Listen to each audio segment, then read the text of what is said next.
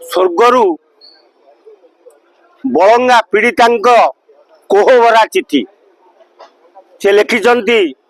बरदा बाबू मो नमस्कार नेबे मुझे भारी कष्ट अच्छी आउ मते मारी दिया गला जानी जानी कि मते मारिदेले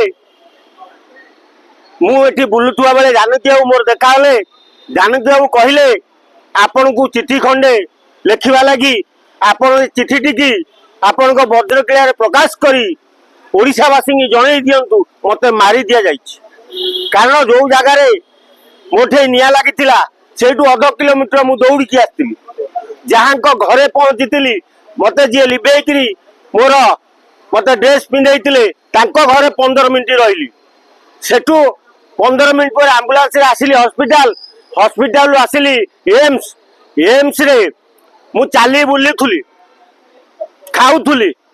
मत से कष्ट हो नतुला किंतु मत जोर जबरदस्त एयर लिफ्ट करी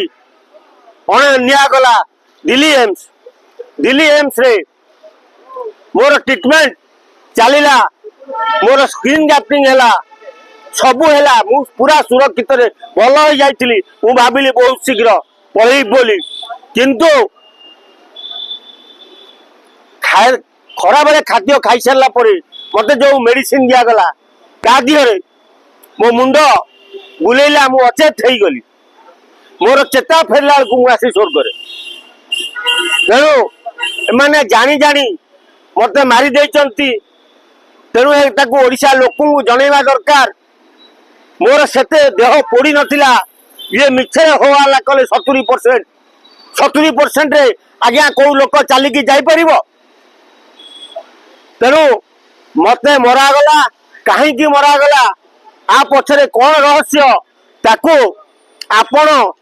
संग्रह करंतु सत्य पदा को निश्चय आसीबो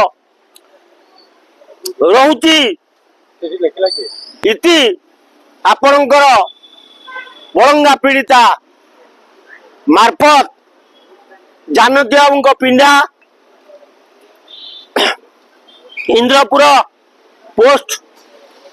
स्वर्गपुर थाना जमपुर